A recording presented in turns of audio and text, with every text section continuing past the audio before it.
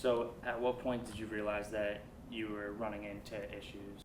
I believe that we were just doing our thing, and essentially we're blowing up. I find it so satisfying to just like have a vision in my head and watch it come to life. Or like I'll see some inspiration, like just being out either skating or just being in the city. I can see a garment that someone has on, and I'm like, I want to add my spice to it because I think it can make it that much better. Spirit de corps, it's a French word. The origin means spirit of life. What it means to me, it's like my baby. Spirit de corps essentially like gave me the platform to take my creations, my ideas, be able to put it out there.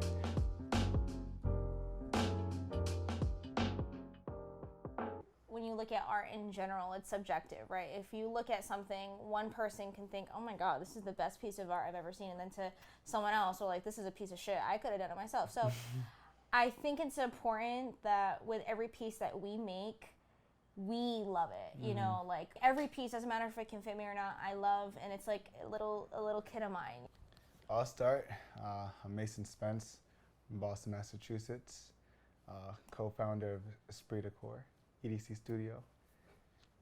I'm Julianne Raposo. I'm originally from New Bedford. Moved to Boston when I was 17, so 7 years here.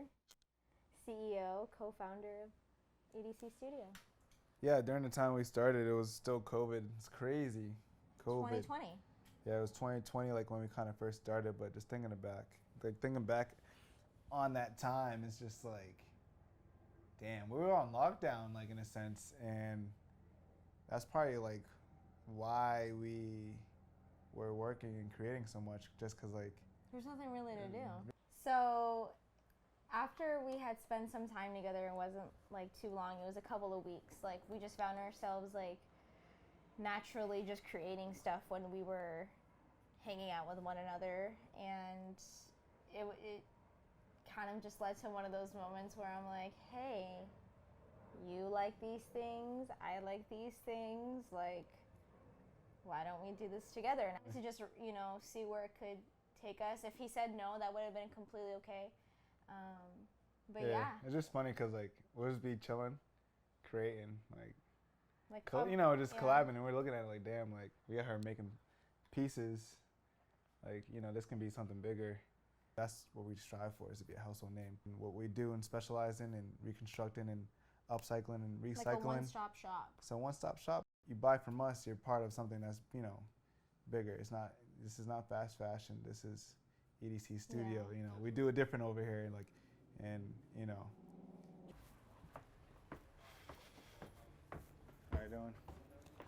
Hi. These are nice, like the sense of like. Nah, yeah, I like these ones. We have some snow pants.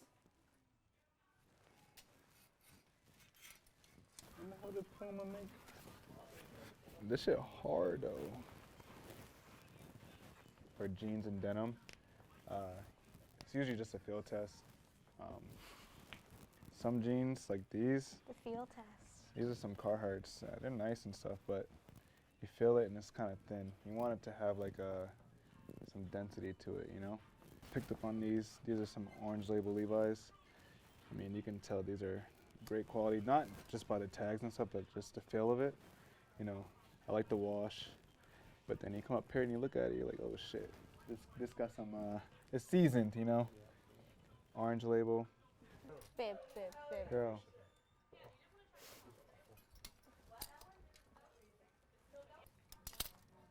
Ooh, vintage Calvin Klein. I want to see this. 36? Damn, my. They have the steels on their 50s. Yeah. Where do you think I got all mine from? No, I'm already hit where you got yours. Nah, we can. Well, I don't like that it's pilled. What do you mean pilled? This is pilled. Oh, yeah. Yeah. Air Force. Ooh. Oh, that's. No, we can do some fucking fire with that. What about with this? Brown. Mad Dickies here. Well, I'll look a Budweiser shirt. Yeah, might not be a collection though. Dookies. The little Bowie in. What are we gonna do with it? Like a little. We're gonna get like black cargo pants or something. So I'll just do the cargos on there. We were needing 3 vintage bottoms. Bottoms, yeah. We successfully got 1. Yeah, we got like 1. We veered off, Yeah. and but that's okay because great things come when you veer off. We got super excited because we found a gem of the day, and drum roll. Well, we got a couple. Yeah, we got a couple good.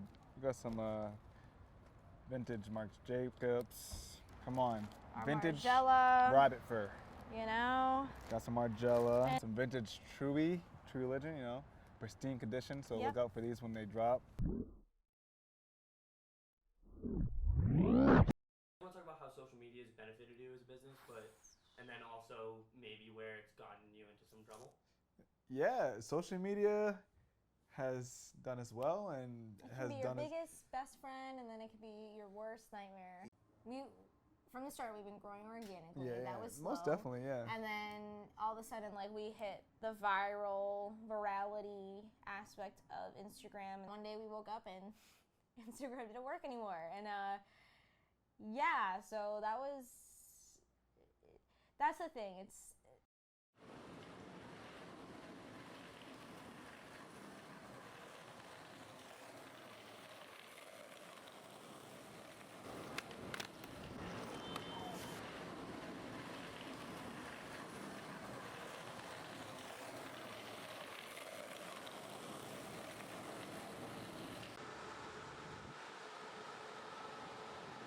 So I want to say it was the first week of August of 2022.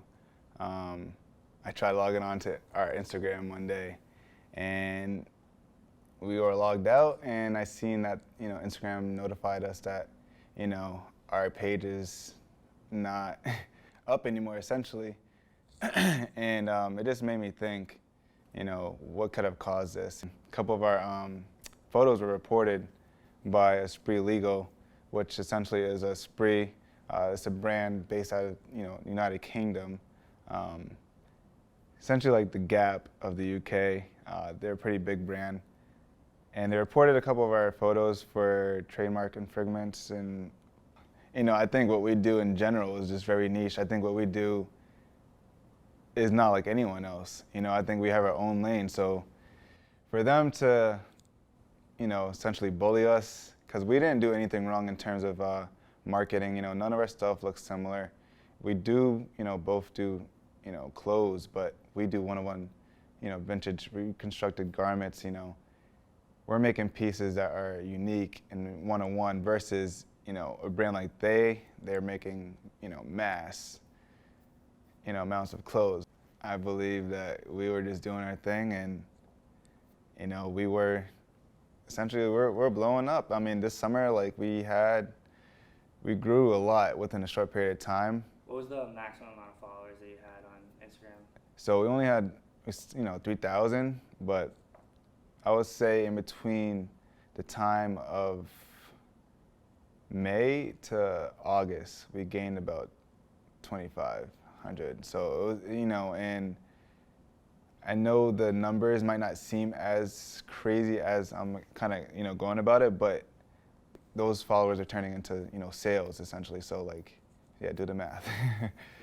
When everything went down, it was discouraging and stuff, but like, you pick yourself back up. Having Jules as my partner and then having her as my business partner, like, helped a lot.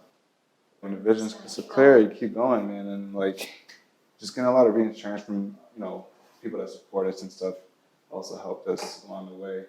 Getting, just our mental and our mojo back. There's a lot good to come.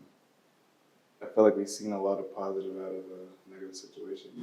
Well, like you talked about, it's like in a time like this, someone who's experiencing this could very easily be like, well, this is the end of the road for me. Right. This is my sign. we haven't done anything wrong. Our vision goes and surpasses what they even do in any sort of matter. And we're just gonna keep going. And like we said, like with the rebrand, it's like this is like the real deal now. Yeah, everything happens for a reason, you know?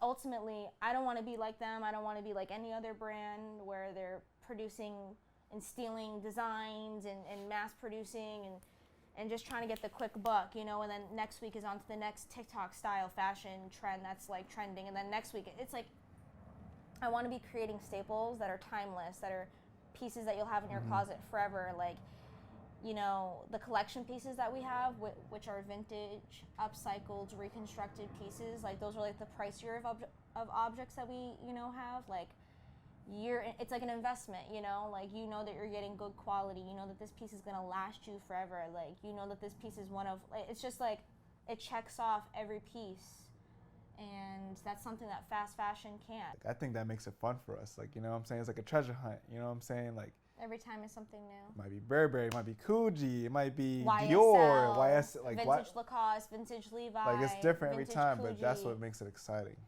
I think for us, just trying to stay organized and, you know. See the positive. Yeah, just seek all the positive, because like you think positive, you get positive. You know what I'm saying?